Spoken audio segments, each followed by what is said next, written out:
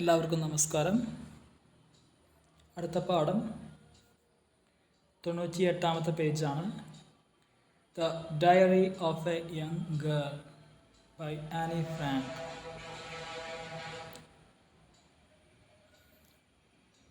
Annie ഫ്രാങ്കിൻ്റെ diary കുറിപ്പുകൾ എന്ന പേരിൽ മലയാളത്തിൽ പരിഭാഷപ്പെടുത്തിയിട്ടുണ്ട് ഈ വിഖ്യാതമായ കൃതിയെ. ഇവിടെ ഒരു സാഹിത്യരചന നടത്തി വിഖ്യാതയാവണമെന്നുള്ള ആഗ്രഹത്തോടു കൂടി ഒരു സാഹിത്യകാരി എന്ന നിലയിൽ എഴുതിയ ഒരു കൃതിയല്ല ആക്ച്വലി. ഇത് വെറും 13 വയസ്സിൻ്റെ ഉള്ളിൽ പ്രായമുള്ള ഒരു ബാലികയായ ആനി ഫ്രാങ്ക് എന്ന കുട്ടിയുടെ ഡയറി കുറിപ്പുകളാണ് ശരിക്കും. ഇത് യഥാർത്ഥത്തിലുള്ള ഡയറി കുറിപ്പുകളാണ്. നമുക്ക് വായിക്കാം നമ്മുടെ മഹത്വവതിയായ ആനി ഫ്രാങ്കിനെ കുറിച്ചും കൃതിയെക്കുറിച്ചും. ഓക്കെ, നോക്കാം.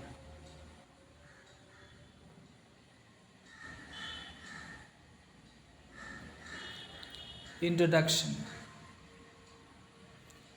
The story of Annie Frank has inspired generations of readers for its candid and poignant description of her personal life as well as the political climate of her times. അപ്പോൾ Annie ഫ്രാങ്കിൻ്റെ കഥ തീർച്ചയായിട്ടും നിരവധി തലമുറകളിൽപ്പെട്ട ആളുകളെ പ്രചോദിപ്പിച്ചിട്ടുണ്ട്. കാരണം അത്രയും വാസ്തവമുള്ളതും ഹൃദയഭേദകവുമായിട്ടുള്ള വിവരണമാണ് അവരുടെ ജീവിതത്തെക്കുറിച്ച് അവർ നടത്തിയിട്ടുള്ളത് ഡയറിയിലൂടെ.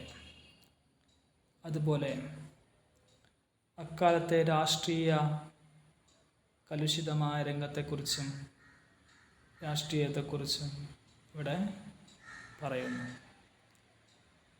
യുദ്ധത്തിൻ്റെ കാലഘട്ടമായിരുന്നു ആ കാലഘട്ടം. Written in the backdrop of the Second World War.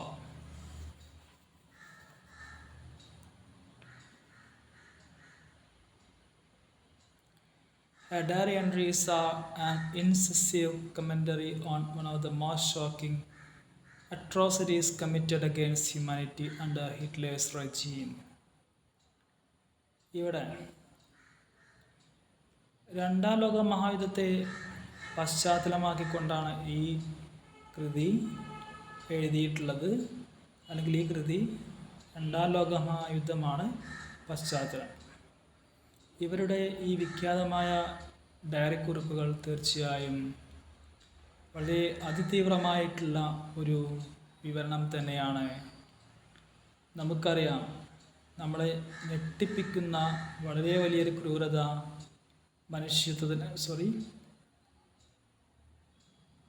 മാനവികതയ്ക്ക് നേരെ നടന്നിട്ടുണ്ട് ഹിറ്റ്ലറുടെ ഭരണകാലഘട്ടത്തിൽ.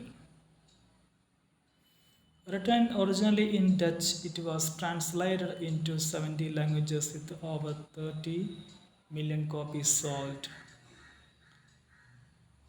യഥാർത്ഥത്തിൽ ഡച്ച് ഭാഷയിലാണ് ഇത് എഴുതിയിട്ടുള്ളത് എങ്കിലും ശരി, ഇത് 70-ൽ പരം ഭാഷകളിലേക്ക് വിവർത്തനം ചെയ്തിട്ടുണ്ട്. 30 മില്യണിൽ അതിഭീമമായ സംഖ്യയാണ്. അതിനേക്കാൾ കോപ്പീസ് വിറ്റഴിഞ്ഞിട്ടുണ്ട് ഈ കൃതിയുടേത്. Anne Frank, a German-born Jew hailing from a liberal family of Jews, was a precocious child endowed with perseverance, resilience and courage. ഇവിടെ ആനി ഫ്രാങ്ക് എന്ന നമ്മുടെ കുട്ടി, മഹത്വവതിയായ ഈ കുട്ടി ജർമ്മനിയിൽ ജനിച്ച ഒരു ജൂത പെൺകുട്ടിയായിരുന്നു. ഇവിടെ തീർച്ചയായും ഇവരുടെ കൃതിയിലൂടെ വരുന്നത് ഇവർ ജനിച്ചിട്ടുള്ളത് ഒരു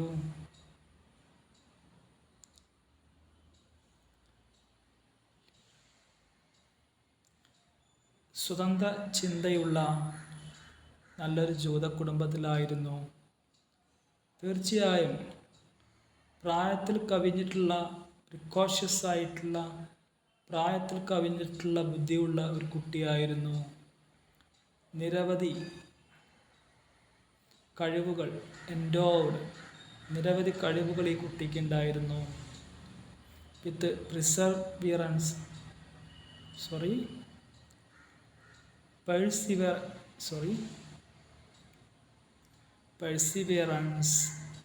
അതായത് നല്ലവണ്ണം പ്രയത്നിക്കുന്ന നല്ല കഴിവുള്ള കുട്ടിയായിരുന്നു. റെസിലിയൻസ്, അതുപോലെ തന്നെ എന്തു വന്നാലും ശരി അറിയാനുള്ള അതിയായ ആഗ്രഹം, ഒരു ഉൽപ്പതിഷ്ണുത അല്ലെങ്കിൽ ഉയർച്ച ആഗ്രഹിക്കുന്ന, എപ്പോഴും പോസിറ്റീവായി ചിന്തിക്കുന്ന കുട്ടിയായിരുന്നു ഈ കുട്ടി.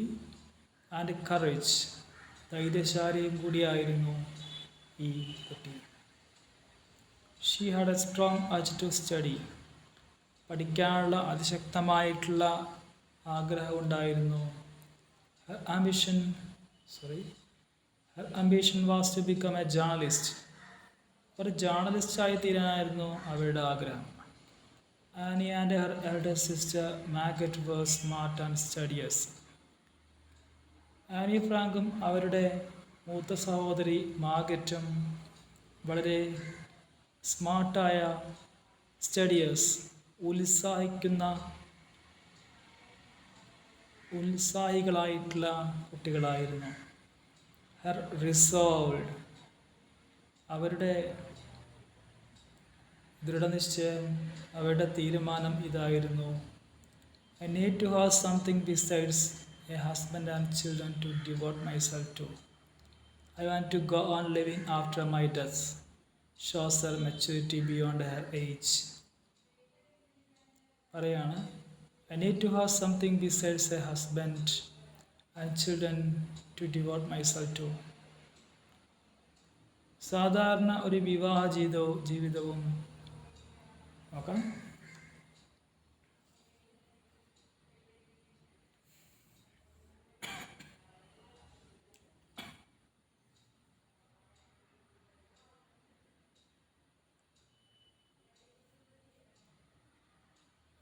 പറയാണ്, എനിക്ക് വേണ്ടത് സാധാരണ ഭർത്താവ് ഒന്നിച്ചിട്ടുള്ള ഒരു നല്ല കുടുംബജീവിതവും കുട്ടികളും ഒന്നിച്ചിട്ടുള്ള ഒരു നല്ല കുടുംബജീവിതവും മാത്രമല്ല, അതിനുമപ്പുറത്തുള്ള നല്ല നല്ല കാര്യങ്ങൾ എനിക്ക് നേടണം. എൻ്റെ മരണത്തിന് ശേഷവും എനിക്ക് തീർച്ചയായും ജീവിക്കണം എന്ന് പറഞ്ഞാൽ അനശ്വരത, നന്മ ഉള്ള ഖ്യാതി, സൽപ്രശസ്തി നേടണം, അല്ലെങ്കിൽ നന്മ ചെയ്യണം. ഇതായിരുന്നു ഇവർ പറഞ്ഞത്. ഇത് ഇവരുടെ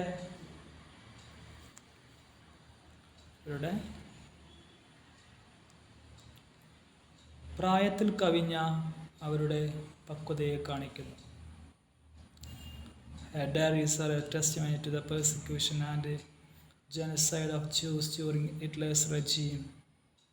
അവരുടെ ഡയറീസ് തീർച്ചയായിട്ടും ഒരു സാക്ഷ്യപത്രങ്ങളാണ് ജൂതന്മാരെ കൂട്ടക്കൊലയും പീഡകളും ചെയ്ത് ഹിറ്റ്ലർ പല ഉപദ്രവങ്ങളും ചെയ്തിട്ടുണ്ടല്ലോ. ഇതിൻ്റെ എല്ലാം അനുഭവ സാക്ഷ്യങ്ങളാണ് ഈ diary. The diary entries reveal her conflicting moods ranging from faith and optimism in the wake of adversity to despair and dejection.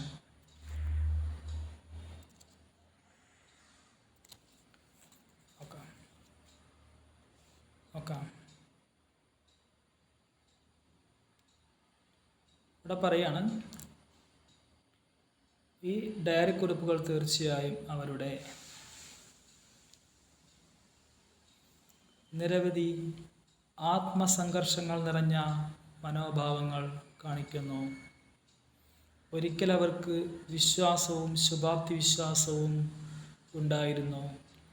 പിന്നീട് അത് പ്രതികൂലമായ സമയത്ത് നിരാശയും അതുപോലെ നിരുത്സാഹവും ഉണ്ടാവേണ്ട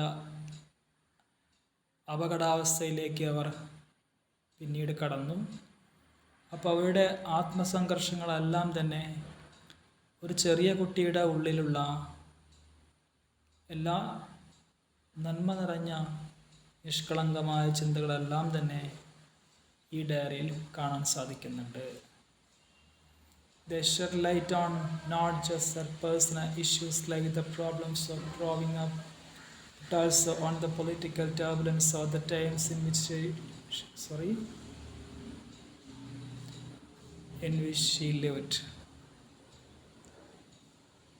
ഈ ഡയറിക്കുറിപ്പിൽ അവരുടെ വ്യക്തിപരമായ കാര്യങ്ങൾ മാത്രമല്ല കാണിച്ചു തരുന്നത്, പിന്നെ അവർ ജീവിച്ചിരുന്ന ആ കാലഘട്ടത്തിലെ ഇളകിമറിഞ്ഞ രാഷ്ട്രീയ കലുഷിത രംഗത്തെക്കുറിച്ചും ഭരണമാറ്റങ്ങളെക്കുറിച്ചും യുദ്ധത്തെക്കുറിച്ചും എല്ലാം ഇതിൽ പറയുന്നുണ്ട്. She is candid in her discussion of her growth, puberty, crushes she had and her disillusionment with her mother. തീർച്ചയായും അവർ വാസ്തവപരമായിട്ട് ജീവിതത്തിൻ്റെ എല്ലാ വശത്തെക്കുറിച്ചും അമ്മയെക്കുറിച്ചും എല്ലാം പറയുന്നുണ്ട്. After her death, prior to the publication of the diary, her father attempted to delete the portions in which she frankly disclosed matters of her sexuality and the conflict between her parents.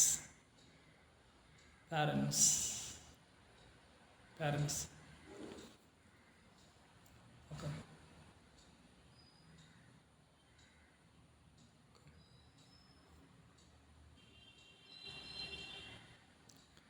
പിന്നെ പറയാണ്, അങ്ങനെ ഇവരുടെ മരണത്തിന് ശേഷം ഈ diary publication ചെയ്യുന്നതിൻ്റെ മുമ്പേ ആയിട്ട് അവരുടെ അച്ഛൻ ആനി ഫ്രാങ്കിൻ്റെ ഡയറിയിൽ ചില ഭാഗങ്ങൾ അദ്ദേഹം ഒഴിവാക്കാൻ പറഞ്ഞു. അദ്ദേഹം ഒഴിവാക്കി. അതായത് മാതാപിതാക്കൾ തമ്മിലുള്ള ചില തർക്കങ്ങളും അതുപോലെ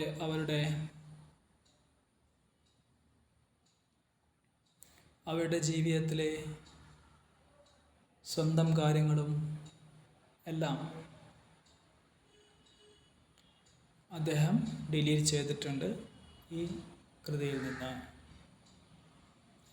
Spending 2 years in a dingy apartment, her diaries discuss the trauma of confinement, her craving for freedom, and her plans for life after the attainment of freedom. അങ്ങനെ 2 വർഷത്തോളം ഇരുട്ട് നിറഞ്ഞ ഒരു അപ്പാർട്ട്മെൻറ്റിൽ അവർ ജീവിച്ചു. അങ്ങനെ ഇതെല്ലാം ഈ ഡയറിയിൽ വരുന്നുണ്ട്. ഈ ഡയറിയിലൂടെ തീർച്ചയായിട്ടും ജയിൽവാസത്തിൻ്റെ ട്രോമ, മാനസികാഘാതം ഇവിടെ കാണാൻ സാധിക്കുന്നുണ്ട്. മാത്രമല്ല സ്വാതന്ത്ര്യത്തിന്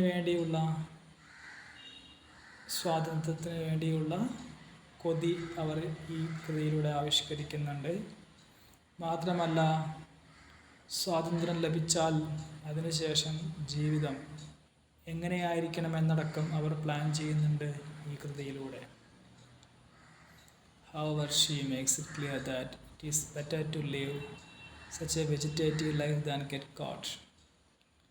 അതേസമയം അവർ ഈ കൃതിയിൽ പറയുന്നുണ്ട്,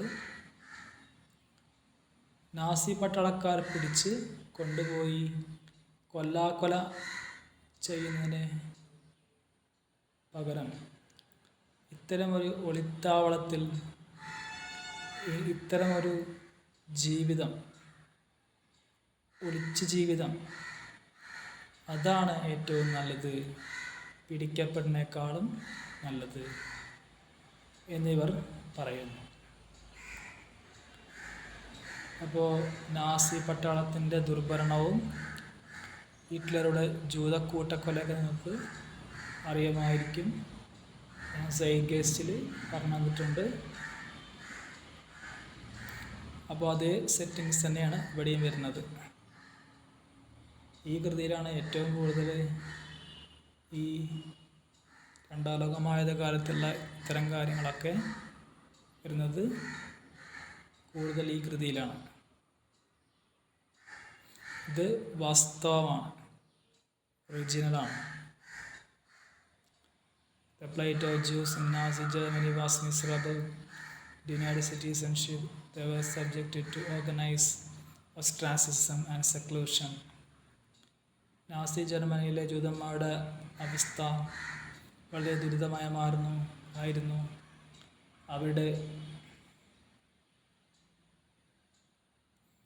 അവരുടെ പൗരത്വം എല്ലാം ഇല്ലാതാക്കി. അങ്ങനെ തീർച്ചയായിട്ടും അവരെ സാമുദായിക ഭ്രഷ്ട് കൽപ്പിച്ച് അവിടുന്ന് ആട്ടിയകറ്റി. The Franks represent the millions of Jewish victims of Holocaust. നമ്മുടെ ഫ്രാങ്ക്സ് എന്ന് പറഞ്ഞാൽ ഫ്രാങ്ക് ഒരു കുടുംബമാണ്. അപ്പോൾ ആ കുടുംബത്തിലെ അംഗങ്ങൾ തീർച്ചയായിട്ടും കോടിക്കണക്കിന് ജൂത ഹോളോകാസ്റ്റ് അല്ലെങ്കിൽ ജൂത കൂട്ടക്കൊലയ്ക്ക് ഇരയാവേണ്ടി വന്ന ആളുകൾ കോടിക്കണക്കിനുണ്ട്. അവരെ പ്രതിനിധീകരിക്കുന്ന അല്ലെങ്കിൽ അവരിൽ ഒരു വിഭാഗമാണ് നമ്മുടെ ഫ്രാങ്ക് കുടുംബത്തിലുള്ള ഇവർ.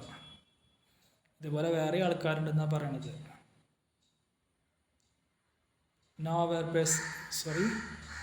who were persecuted and haunted out during the Second World War.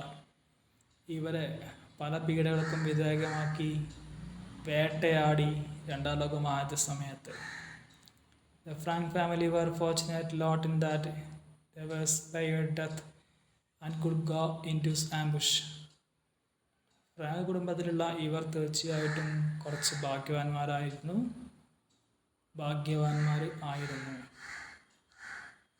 കാരണം അവരെ മരണത്തിൽ നിന്നും രക്ഷപ്പെട്ടു. എന്നിട്ട് ആംബുഷ് ഒളിത്താവളത്തിൽ പോയി അവിടെ കഴിയുകയായിരുന്നു. When they realized that their lives were in danger, they fled into a hideout. അവർക്ക് മനസ്സിലായി അവരുടെ ജീവിതം അപകടത്തിലാണെന്ന്. അപ്പോൾ അവർ ഒരു ഹൈഡ് ഔട്ട്, ഒരു ഒളിത്താവളം കണ്ടുപിടിച്ച് അവിടേക്ക് പോവുകയാണ്. The door of which was hidden by bookshelves, which Annie calls secret annex or Exercise in a diary. അങ്ങനെ അവരുടെ ഒളിത്താവളം ഒരു ലൈബ്രറി ആയിരുന്നു. ആ ലൈബ്രറിയുടെ അവിടെ ഒരു ബുക്ക് ഷെൽഫ് ഉണ്ട്. ആ ബുക്ക് ഷെൽഫ് കൊണ്ട് മറച്ചിട്ട് അവിടെയായിരുന്നു, ആ റൂമിലായിരുന്നു അവർ കഴിഞ്ഞിരുന്നത്. ഷെൽഫ് തീർച്ചയായും ഒരു ഡോറ് പോലെയാണ് കാണപ്പെട്ടത്. അവർക്ക് പുറത്തേക്ക് വരണമെങ്കിൽ ആ ബുക്ക് ഷെൽഫ് മാറ്റും. അപ്പോൾ ഒരു ലൈബ്രറിയിലെ ഒരു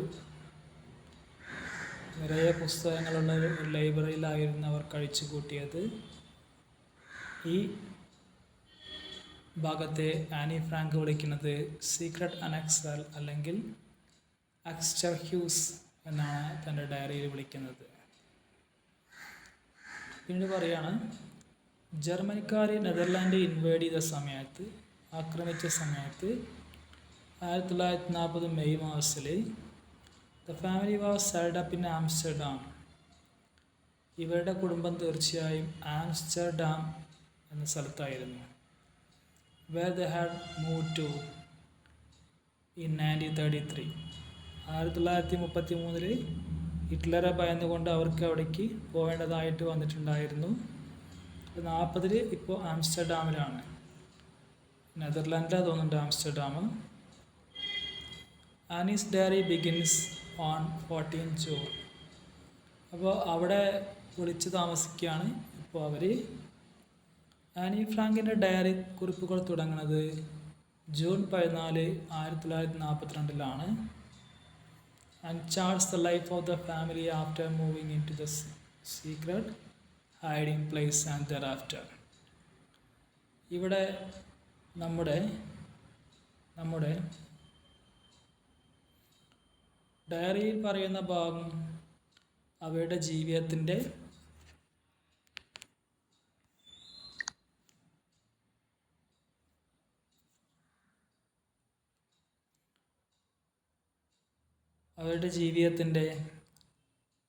അവരുടെ ഫാമിലി ജീവിതത്തിൻ്റെ കാര്യങ്ങളാണ്. അതായത് രഹസ്യമായിട്ടുള്ള ഹൈഡിങ് പ്ലേസിലേക്ക് അവർ പോയല്ലോ, അതിനുശേഷം അവരുടെ ജീവിതത്തിലുണ്ടായ കാര്യങ്ങളാണ് ഈ ഡയറിയിൽ പ്രധാനമായിട്ടും പറയുന്നത്. The family was finally caught on the tip of an informer of whom history is still in the dark. എന്തായാലും അവസാനം ഈ കുടുംബത്തെ പിടികൂടി. ഏതോ ഒരു അറിയപ്പെടാത്ത ഒരു ഇൻഫോമർ, അയാളെക്കുറിച്ച് ഇപ്പോഴും അറിവ് കിട്ടിയിട്ടില്ല, അയാളാണ് ഒറ്റിക്കൊടുത്തത് ഇവരെ. ദേവർ പിന്നെ പറയാണ്, ദേവർ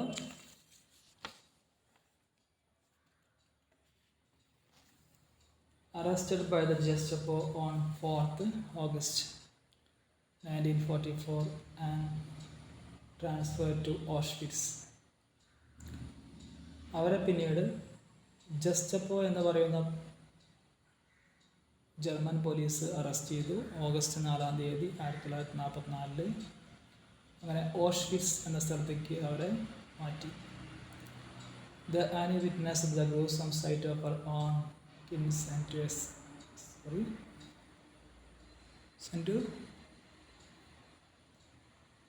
ഗ്യാസ് ചേമ്പേഴ്സ്. അവിടെ വെച്ച് ആനി ഫ്രാങ്ക് തീർച്ചയായും ഹൊറിബിളായിട്ടുള്ള ചില കാഴ്ചകൾ കണ്ടു.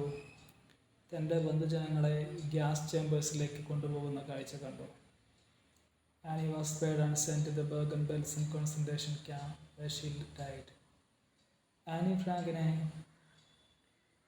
അവരോട് ക്ഷമിക്കുകയും അവരെ നേരെ ബർഗൻ ബെൽസൺ എന്ന സ്ഥലത്തുള്ള കോൺസെൻട്രേഷൻ ക്യാമ്പിലേക്ക് പറഞ്ഞയക്കുകയും ചെയ്തു. അവിടെ വെച്ചാണ് ആനി ഫ്രാങ്ക് മരിക്കുന്നത്.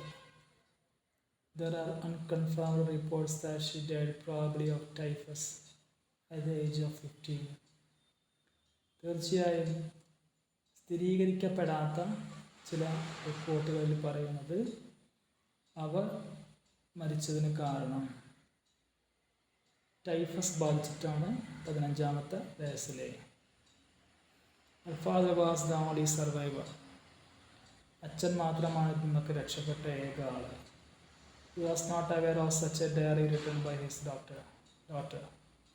അദ്ദേഹത്തിന് അറിയുമായിരുന്നില്ല തൻ്റെ മകൾ അത്തരമൊരു ഡയറി എഴുതിയിരുന്ന കാര്യം. Finally, he had to fight many legal battles to restore authenticity to the diary. അവസാനം അദ്ദേഹത്തിന് നിരവധി നിയമയുദ്ധങ്ങൾ നടത്തി ഈ ഡയറി കുറിപ്പ് തൻ്റെ മകളുടേതാണെന്ന് അദ്ദേഹം സ്ഥാപിച്ചു. She was accused of being counterfeit or forged. തീർച്ചയായിട്ടും ഇവിടെ ഈ ഡയറി കുറിപ്പിനെ കുറിച്ചിട്ട് ആദ്യം ഇതിൻ്റെ അവകാശവാദം അല്ലെങ്കിൽ ഈ കുട്ടിയുടെ ആളുകൾ ആരാണെന്നുള്ള കാര്യം അറിഞ്ഞിരുന്നില്ല. അങ്ങനെ അച്ഛൻ തീർച്ചയായിട്ടും സ്ഥാപിച്ചു, തെളിയിച്ചു കൊടുത്തു തൻ്റെ മകളാണ് ആനി ഫ്രാങ്ക് എന്ന്. ഇനി നമ്മുടെ കൃതിയെക്കുറിച്ചാണ്. A diary was red and white checkered book that she received as a gift on her 13th birthday. ഈ ഡയറി ചുവപ്പും വെള്ളയും നിറത്തിലുള്ള കള്ളി ആയിട്ടുള്ള ചെസ് ബോർഡിൻ്റെ പോലൊക്കെ ഉള്ള ഒരു ബുക്കായിരുന്നു അതിൻ്റെ ചട്ട. ഇതിവർക്ക് ഒരു ഗിഫ്റ്റായിട്ട് കിട്ടിയതാണ് 13-ാമത്തെ വയസ്സിലെ പിറന്നാളിന്. ഡയറിയെ വിളിക്കുന്നത് കിറ്റി എന്നാണ്. Fictional character in Cissy van Max Jos Heul. അപ്പോൾ ഈ കിറ്റി എന്നുള്ളത് ഒരു ഫിക്ഷണൽ ക്യാരക്ടറാണ്, ഒരു കഥയിലെ ഒരു കഥാപാത്രമാണ്. സിസി വാൻ മാക്സ്വെൽസ് ജോഡർ ഹ്യൂൾ എന്നുള്ള അതിലെ ഒരു കഥാപാത്രമാണ്. It's A telling narrative on വാർ. ഇതൊരു കഥ പോലുള്ളൊരു കാര്യമാണ്, യുദ്ധത്തെക്കുറിച്ചിട്ടുള്ള ഒരു കഥയാണ്. ഹ്യൂമാനിറ്റിയെക്കുറിച്ചും മാനവികതയെക്കുറിച്ചും വ്യക്തിത്വത്തെക്കുറിച്ചൊക്കെ ഇതിൽ വരുന്നുണ്ട്. അപ്പം അതിലുള്ള കഥാപാത്രമാണ് കിറ്റി. ഈ പേരാണ് ഡയറിയെ വിളിക്കുന്നത്. It has influenced great personages like John F Kennedy. അപ്പോൾ തീർച്ചയായിട്ടും ഈ ഡയറി കുറിപ്പ് മഹാരഥന്മാരായിട്ടുള്ള പല ആളുകളെയും ഇൻഫ്ലുവൻസ് ചെയ്തിട്ടുണ്ട്. ജോൺ എഫ് കെന്നഡിയെ, നെൽസൺ മണ്ടേലയെ, അമേരിക്കൻ പ്രസിഡൻ്റാണ് തോന്നുന്നുണ്ട് John F Kennedy. Nelson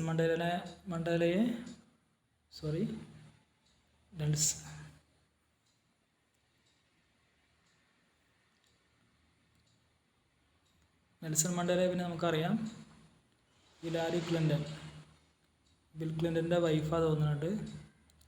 John Berryman തുടങ്ങിയവരെല്ലാവരെയും സ്വാധീനിച്ചിട്ടുണ്ട്, പ്രചോദിപ്പിച്ചിട്ടുണ്ട്. Nelson Mandela compared his own struggle against apartheid to any struggle against Nazism. നോക്കാം. നെൽസൺ മണ്ടേല തൻ്റെ പോരാട്ടത്തെ അപ്പാർത്തീഡ് വർണ്ണവ്യവസ്ഥയ്ക്കെതിരെ താൻ നടത്തിയ പോരാട്ടം ആനി ഫ്രാങ്കിൻ്റെ നാസിസം എന്ന ഹിറ്റ്ലറുടെ രീതിക്കെതിരെ നടത്തിയ പോരാട്ടവുമായാണ് അദ്ദേഹം താരതമ്യം ചെയ്തിട്ടുള്ളത്. അതുപോലെയാണ് തൻ്റെ പോരാട്ടവും എന്ന് അദ്ദേഹം പറഞ്ഞു. There are many adaptations of the diary. നിരവധി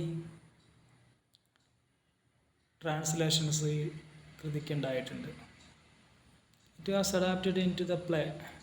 അത് മാത്രമല്ല പല മറ്റുള്ള സാഹിത്യ രീതിയിലേക്ക് അടക്കത് മാറ്റിയിട്ടുണ്ട്, നാടകമാക്കിയിട്ടുണ്ട്.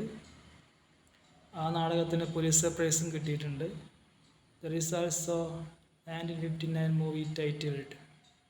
1959 സിനിമ ഇറക്കിയിട്ടുണ്ട്, the diary of Anne Frank. Secret annex എന്ന പ്ലേസ് ഇപ്പോൾ മ്യൂസിയമായി പ്രിസർവ് ചെയ്യുന്നു, സംരക്ഷിക്കുന്നു. നാസി ജർമ്മനിയിൽ anti Jewish decrees rule the day. ജൂതന്മാർക്കെതിരെയുള്ള നിയമങ്ങളന്ന് പ്രബലമായിരുന്നു. ജൂതന്മാരെ തീർച്ചയായിട്ടും ഒരു മഞ്ഞ നക്ഷത്രം ധരിക്കണമായിരുന്നു. They were banned from the trams and forbidden to drive. അവരെ ട്രാംസ് എന്നൊക്കെ ചെറിയ ബസ് പോലുള്ള ചെറിയ ചെറിയ ട്രെയിനുകൾ അതിൽ നിന്നൊക്കെ അവരെ വിലക്കിയിരുന്നു. മാത്രമല്ല ഡ്രൈവ് ചെയ്യാനൊന്നും വാഹനം ഓടിക്കാനൊന്നും പറ്റൂല. They had to be indoors by 8 o'clock. 8 മണിയായ വീടിൻ്റെ ഉള്ളിൽ കാരണം. And were barred from the theatres. തിയേറ്ററിക്കൊന്നും അവർ വരരുത്, സിനിമ കാണാൻ വരരുത്, മറ്റുള്ള എൻ്റർടൈൻമെൻറ്റ് പ്ലേസിലേക്കൊന്നും അവർ വരരുത്. They could shop only in Jewish shops. ജൂതന്മാരുടെ കടയിൽ നിന്ന് മാത്രമേ അവർക്ക് വാങ്ങാൻ കഴിയുമായിരുന്നുള്ളൂ. മാത്രമല്ല പഠിക്കുമ്പോൾ ജൂതന്മാർക്കുള്ള സ്കൂളിൽ മാത്രമേ പഠിക്കാവൂ. ഈ പാസേജ് തീർച്ചയായിട്ടും നാസി ജർമ്മനിയിൽ ജൂതന്മാരായാൽ എത്രമാത്രം അപകടകരമായിട്ടുള്ള ജീവിതമാണ് തുടങ്ങിയ കാര്യങ്ങളാണ് ഈ കൃതിയിൽ പറയുന്നത്.